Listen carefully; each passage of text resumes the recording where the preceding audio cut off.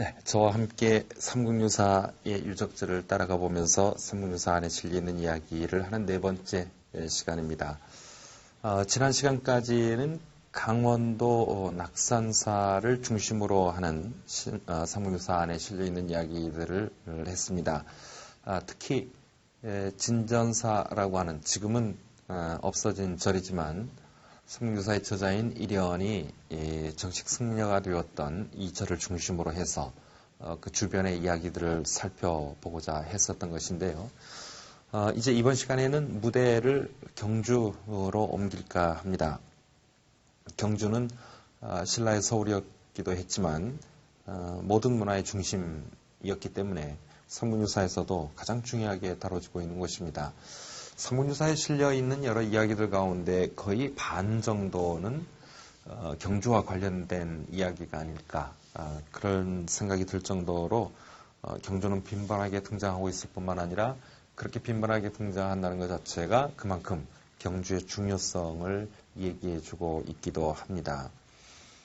그런데 그 경주를 가보면 여러 가지 아쉬운 점이 많이 있죠. 그것은 1000년 이상 된 이 동네가 1000년 전에 신라의 모습을 그대로 담고 있을 수 없기 때문에 그럴 것입니다. 그렇기도 하려니와 오늘날 우리들이 그 경주라고 하는 한 도시를 생각할 때에 도시 이상의 문화적이고 역사적인 의미를 부여한다라고 한다면 그 관리하는 방식이나 또 그것을 찾아가서 보는 사람들의 마음가짐까지도 뭔가 지금과는 달라져야 되지 않겠는가 하는 그런 아쉬운 마음을 갖게 되죠. 저 개인적인 그 경험이지만은 경주를 처음 찾아가 본 것은 역시 고등학교 학생 때의 수학여행을 통해서였습니다. 아마 많은 분들이 같은 경험을 하지 않았을까 싶습니다. 그런데 요즘에는 어떤지 모르겠습니다만은 저희들 때의 이 수학여행이라고 하는 것은 공부하고 배우러 가는 여행이라기보다는 그 젊은 시절에 그저 여행의 추억 정도 남기는 여행이 아니었었을까 싶습니다. 많은 학생들이 단체로 어디를 구경 다닌다는 것이 그렇게 썩 훌륭한 여행이 되리라고 하는 것 처음부터 기대하기 어려웠겠죠.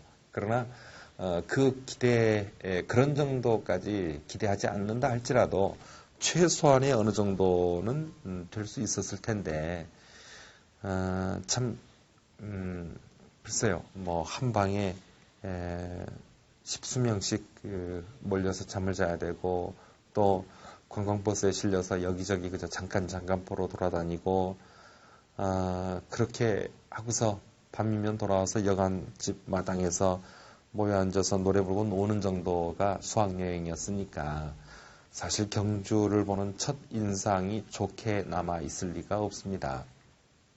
그렇기 때문에 그 다음에는 경주 그러면은 그저 수학여행이나 가는 곳으로 생각하는 그런 그 풍조가 오랫동안 있었는데요. 정작 그 성인이 되고 난 다음에 차분한 마음으로 경주를 좀 다시 보자라고 해서 가서도 과연 어디서부터 어떻게 봐야 경주의 모습을 볼 것인가 이거 난감한 일이기도 합니다. 요즘에 와서는 그 동호인들끼리 짝을 이루어서 경주를 역사 탐방, 문화 탐방 이런 그 이름으로들 많이들 가시는 걸로 알고 있습니다만은 그래서 훌륭한 안내자의 안내를 받아가면서 경주의 이곳저곳을 만끽하고 돌아오기는 합니다만 그런 가운데서도 오늘날 우리들의 관심사항은 눈에 보이는 뭔가 크고 아름답고 번쩍번쩍 빛나는 것에 먼저 눈길이 가고 사라지고 없는 것들, 폐허가 되어 있는 것들에 대해서는 아무런 흥미를 느끼지 못하는 게 사실입니다. 그러나 제가 보기에는 신라의 또는 경주의 핵심 그리고 그 고갱이는 지금 남아있는 그래서 오늘날 우리들에게 번쩍거리는 빛남으로 전해지는 것들보다도 사라지고 없어진 것들 속에서 오히려 더 남아있는 것은 아닐까 그런 생각을 할 때가 있습니다. 그렇기 때문에 저는 경주를 찾을 때에 그리고 또 경주를 찾으려고 하는 분들에게 늘 가장 먼저 가볼 곳 그리고 또 거기에서 깊이 생각하고 그리고 천천히 둘러볼 곳으로 추천하는 곳이 바로 황룡사 터가 있는 그 주변입니다.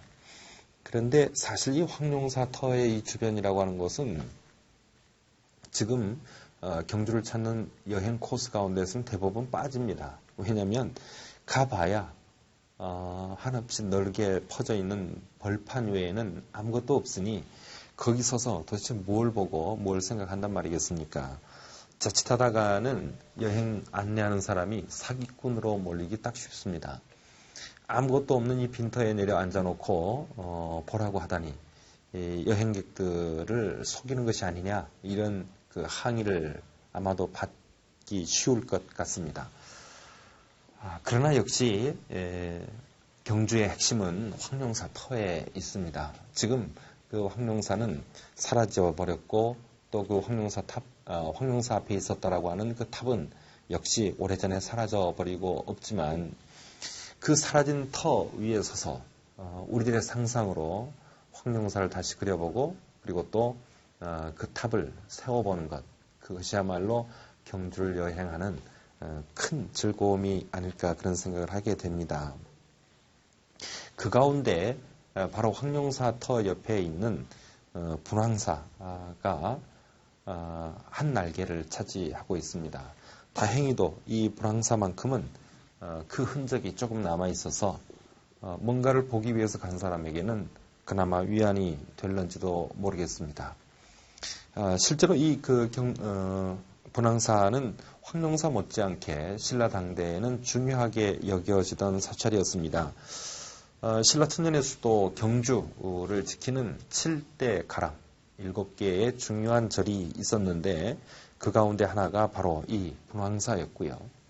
이 분황사는 왕족 출신이었던 자장 스님이 중국 유학을 마치고 돌아와서 그때 자신의 누님뻘이었던 선덕 여왕의 후원 아래 그야말로 마음껏 멋을 부려가면서 지었던 절이기도 합니다. 그런 기록만 가지고 우리가 놓고 봤을 때 지금 남아있는 분황사는 정말 그때 분황사의 그저 한 귀퉁이에 불과할지도 모르겠습니다. 분황사가 그런 정도이니 아무 흔적도 남아있지 않은 황룡사는 더 말할 나위도 없겠죠. 그런데 저는 이런 상상을 하게 됩니다.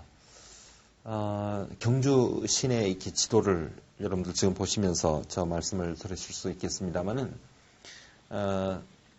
지금 경주 박물관이 있는 쪽에서부터 한번 여러분들의 눈길을 주면서 따라가 보시죠. 그 바로 옆은 반월성이고요.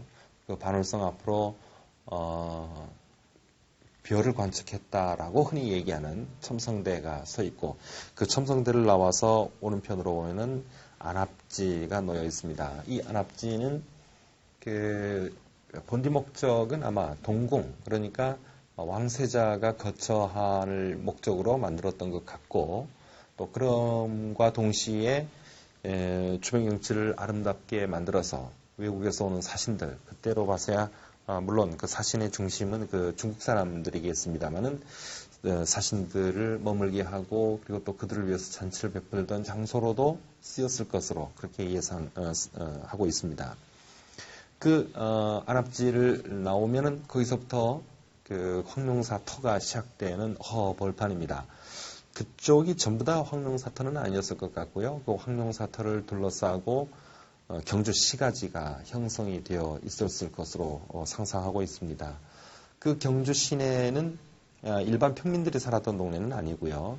그때 신라의 귀족 사회, 귀족 계층을 이루고 있었던 사람들이 그곳에 집을 갖고 있었던 것 같습니다.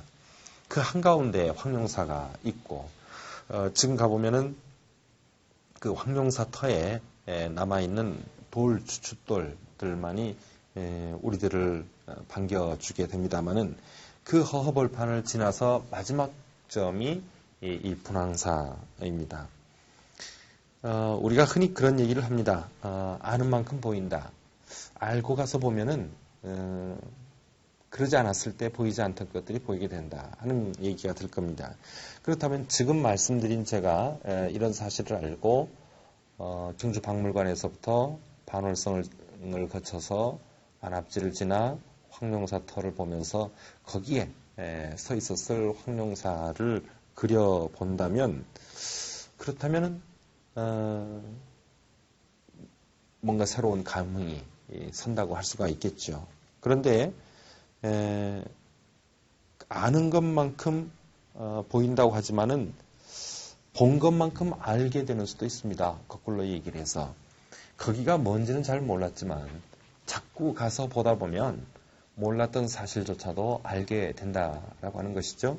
그 알게 된다라고 하는 것은 어쩌면 상상을 통해서 그렇게 될 것입니다. 자, 오늘 우리들이 찾아가는 경주의 첫 시간, 이 분황사는 알게 되는 것만큼, 아는 것만큼 보이는 것이 아니라 본 것만큼 알 수 있을 것이다 하는 그런 마음으로 가보았으면 하는 생각이 듭니다.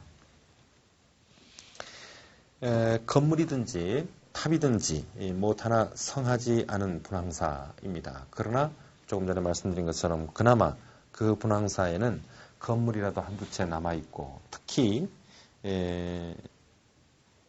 3층까지밖에 좀 남아있지 않습니다만은 석탑도 거기 하나 있어서 분황사 그러면 우리가 흔히 3층까지 남아있는 모전석탑을 떠올리게 됩니다.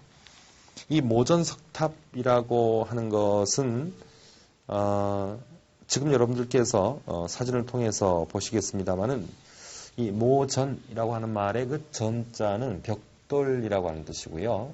그 모자는 그것을 흉내냈다라는 것입니다. 그러면 모전하는 것은 벽돌을 흉내낸 석탑 이렇게 볼 수가 있겠죠. 분황사탑을 보면은 마치 벽돌을 하나하나 쌓아 올려 가지고서 만들어 놓은 탑처럼 보입니다. 그런데 그 돌 하나하나가 그것이 사실은 벽돌이 아니고요. 그냥 자연석입니다. 그냥 자연석을 마치 벽돌인 것처럼 잘게 다듬어 가지고 그래 가지고 쌓아 올렸기 때문에 그것을 벽돌탑 그러니까 전탑이라고 하지 아니하고 모전석탑 벽돌탑을 흉내낸 석탑이다 이렇게 부르는 것이 정상적인 것입니다. 우리나라에는 지금 현재 그 전탑 그러니까는 벽돌탑이 성하게 제대로 남아있는 게 없습니다. 그것이 원래 그렇게 벽돌탑을 선호하지 않았기 때문에 만들지 않아서 지금까지 남아있는 게 없는 것인지 아니면은 꽤 많은 전탑들이 있었음에도 불구하고 중간에 다들 파괴되고 쓰러져서 지금은 볼 수 없는 것인지 그것은 명확하게 말씀드리기는 어려울 것 같습니다. 그런데 지금 중국에 남아있는 아주 그 유명한 탑들이 대체적으로 전탑이 많은 것과 달리 우리나라에 어쨌든 지금 전탑이 남아있지 않다라고 하는 그것은 두 가지 방향에서 설명이 가능할 것 같습니다. 하나는 당대 신라 사람들이 또는 그 이후의 고려 사람들도 마찬가지겠습니다만은 전탑을 만들 어떤 기술이 없었을 수도 있습니다. 다시 말씀드리면은 그런 벽돌 하나하나를 구워낼 만한 어떤 그 능력을 갖지 못했기 때문에 또는 갖고 있었다고는 할지라도 탑을 만들 만큼 그렇게 많은 벽돌을 만들자면 너무 많은 돈이 소요되기 때문에 그렇게 하지 못했다라고 볼 수가 있을 것 같습니다. 또 한 가지는 신라 사람들이 그런 벽돌탑에 대해서 그다지 흥미를 갖지 않았었기 때문일 수도 있습니다. 가장 전형적인 신라의 탑은 3층 석탑이죠. 밑에 이제 기단으로부터 시작됩니다. 그런 다음에 그 단을 쌓고 그 위에다가 이제 3층의 그 탑을 쌓아 올라가는 것이 전형적인 신라 시대 때의 그 탑인데요. 그것은 불국사에 있는 탑이 그렇고 웬만한 절에 가서 신라 시대 때의 탑이다라고 전해져 내려온 것들은 다 이 3층 석탑 모양을 하고 있습니다. 신라 사람들은 이런 대단히 안정적이고 그러면서 무게 나가 보이는 그런 석탑을 좋아했지. 그거를 자그마한 벽돌을 구워가지고 일일이 하나씩 쌓아가지고 올리는 그런 어떤 그 전탑에 대해서는 그다지 흥미를 갖고 있지 않았었다. 이렇게도 볼 수는 있을 것 같습니다. 전탑을 만들 만한 능력이나 실력이 없어서 만들질 않았는지, 또는 그런 전탑에 대해서 흥미를 갖고 있지를 않았기 때문에 안 만들었는지, 그거에 대해서야 누구도 사실 정확하게 말할 수는 없겠지만, 어쨌든 결과된 걸로 놓고 봤을 때 우리에게는 지금 전탑은 거의 없습니다. 그런데 바로 이 분황사의 3층 탑이 유일하게 전탑의 모양을 하고 있는데, 그런데 그 전탑의 모양을 하고 있음에도 불구하고 실제로 그 쌓여있는 돌 하나하나는 벽돌이 아니고 자연석을 깨서 만들었다라고 하는 것, 그것이 조금 전에 말씀드린 신라 땅에 전탑이 없는 두 가지 이유를 동시에 설명하고 있는 것은 아닐까, 이런 생각을 하게 됩니다.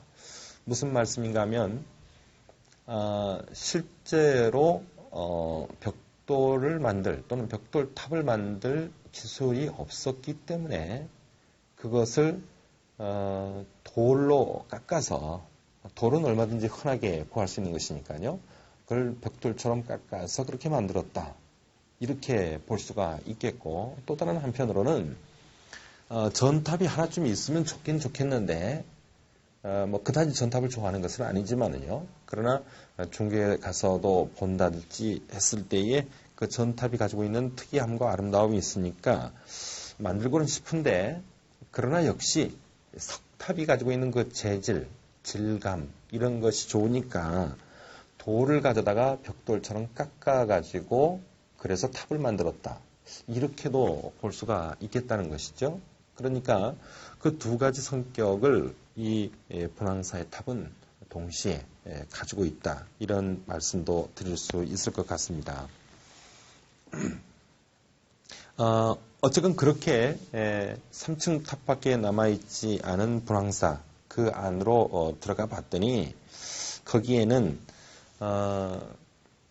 겨우 형태만 남아있는 일부 전각이 거기에 있고, 조금 전에 말씀드린 것처럼 3층까지 남아있는 모전 석탑이 서 있습니다. 앞서도 말씀드렸지만은 이 여러 그 절 안의 전각들은 그것만이 아닌 수많은 전각들이 있었을 것입니다. 이미 지난 90년대 초반에 국립문화재연구소에서 또 문화재관리국과 함께 이 분황사의 그 넓은 그 마당을 파헤쳐 가지고 가람의 구조, 배치도 이런 것을 조사해 본 적이 있습니다. 그 조사에 따르면은 지금보다 매우 큰 그런 절의 규모를 자랑했던 것으로 그렇게 드러나 있습니다. 자, 그렇다면 이제 우리가 우리들의 머릿속에서 상상으로 다 허물어져 버린, 사라진 그 전각들을 한번 세워 보시죠. 그리고 또 거기에 보면은 3층밖에 남지 않은 그 모전 석탑도 아마도 이것도 8층이나 9층 탑이 아니었을까, 그렇게들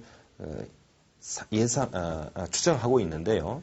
그 추정하는 것은 그 분황사 바로 앞이 이제 황룡사인데, 그 황룡사의 9층 탑이 목탑으로 서 있었습니다. 그러면 거기 황룡사 앞에다가는 목탑으로 9층짜리를 만들어 놓고, 바로 옆에 있는 이 분황사에는 모전 석탑으로 9층탑을 하나쯤 만들어 놓지 않았었을까. 지금 3층까지만 남은 1, 2, 3층의 그 지붕의 배율을 생각해 보면 그 위로 적어도 5, 6층 정도는 더 있었을 것으로, 그래서 8 내지 9층 모전 석탑이었을 것으로 그렇게 추정들 하고 있는데, 그 추정의 근거로 황룡사에 있는 그 목탑과 견주어서 살펴볼 수 있다라고 하는 것입니다. 그렇게 해서 지금은 이 허허벌판이 되어 있는 황룡사와 그리고 그 주변을 이제 우리들의 눈으로, 또 우리들의 마음속에서 상상해서 한번 일으켜 세워보자고 하는 것입니다. 거기에서 우리들 마음의 스카이라인이 새롭게 세워질 것입니다. 문화관광부와 국립문화재연구소에서 그런 아이디어를 냈지요. 그 레이저 쇼의 그 기법을 빌려가지고 밤이면은 바로 이 황룡사탑 주변에 와서 그 레이저로 복원된 레이저의 그 빛으로 복원된 황룡사와 그리고 황룡사 9층 탑을 보게 하겠다. 이거 상당히 재미있는 아이디어라고 저는 생각을 하는데요. 한밤중에 레이저 빔을 쏘아서 그 빛으로 황룡사가 이렇게 생겼을 것이라고 하는 것을 눈으로 보여준다라고 한다면 그거 아주 환상적이 아닐까 그런 생각이 듭니다. 그런데 굳이 그렇게 해야만 모든 것이 다 해결될 것은 아닐 것 같고요. 오히려 그거보다는 어느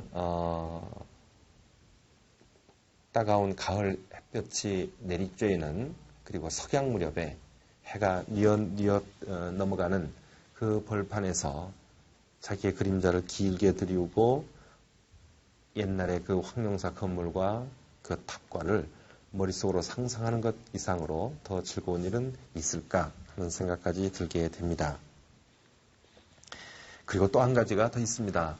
더 중요한 것은 그렇게 쓰러진 전각과 탑만을 상상해서 세우는 것이 아니라 그 탑과 탑 사이로 또 절과 절 사이로 수없이 돌아다니고 있었을 신라 사람들을 생각해 보게 됩니다. 황룡사터가 있는 그곳은 신라 시대 때 경주의 중심가였습니다. 그 중심가에 수많은 사람들이 모여 살았을 것입니다. 그 사람들이 하루의 생업을 위해서 분주히 오가는 그런 거리가 그곳이고 또 일을 마치고 자신들의 집으로 돌아가는 거리가 그곳이고 그래서 거기에서는 분주한 생활이 이어지고 있었을 것입니다. 그 분주한 생활이 이어지는 그 골목골목을 머릿속으로 한번 상상해 보는 것도 즐거운 일이 될 것입니다. 그리고 또 한 가지가 있습니다. 분황사와 관련해서 결코 빼놓을 수 없는 이야기인데요. 바로 이곳에서 향가 14수 가운데 한 편인 천수대비가로 알려진 눈먼 어린 딸의 빛을 찾기 위해서 몸부림치던 희명이라고 하는 여자의 그 모정이 절절하게 담겨져 있는 이야기입니다. 그리고 또 설총이 아버지인 원효의 얼굴상을 만들어서 이 절에 모셔놓고 때때로 예불을 드렸다라고 하는 얘기입니다. 어느 날 그 얼굴상이 아들을 향해 살짝 돌아보더란다 하는 그런 이야기까지 있는데요. 모두 분황사를 무대로 하는 이야기입니다. 분황사라고 하는 또는 분황사를 포함하고 있는 이 황룡사터 주변 일대를 우리가 둘러보면 신라시대의 어느 한 풍경을 생각하게 되고 그리고 또 거기에서 있었던 여러 신라 사람들의 이야기를 알 수 있다는 점에서 각별하고 그리고 애절하다 하는 그런 느낌을 갖게 된다는 것이죠. 건물로든 탑이든 뭐 하나 제대로 남아있는 것 아닌 그 분황사이지만 그 분황사의 옛 모습을 그리고 그 앞에 황룡사의 옛 모습을 생각하면서 그리고 그 안에 있었던 신라 사람들의 동작 하나하나를 우리가 상상하면서 걸어볼 수 있다는 것 얼마나 소중한 그 경험이었습니까? 분황사에서 나오면은 바로 눈앞에 황룡사 터가 펼쳐져 있습니다. 그 황룡사 터를 바라보며 저곳에 절이 있었고 탑이 있었고 우뚝 솟아 있었던 그 탑들을 보면서 걸어다니는 신라 사람들이 있었다는 생각을 하면서 그 자리에 잠시 머물러 있는 것 얼마나 좋은 경험이겠는가 하는 그런 얘기입니다. 이 천수대비가와 그리고 설총에 관한 이야기는 잠시 후에 다시 좀 더 자세하게 설명해 드리도록 하겠습니다.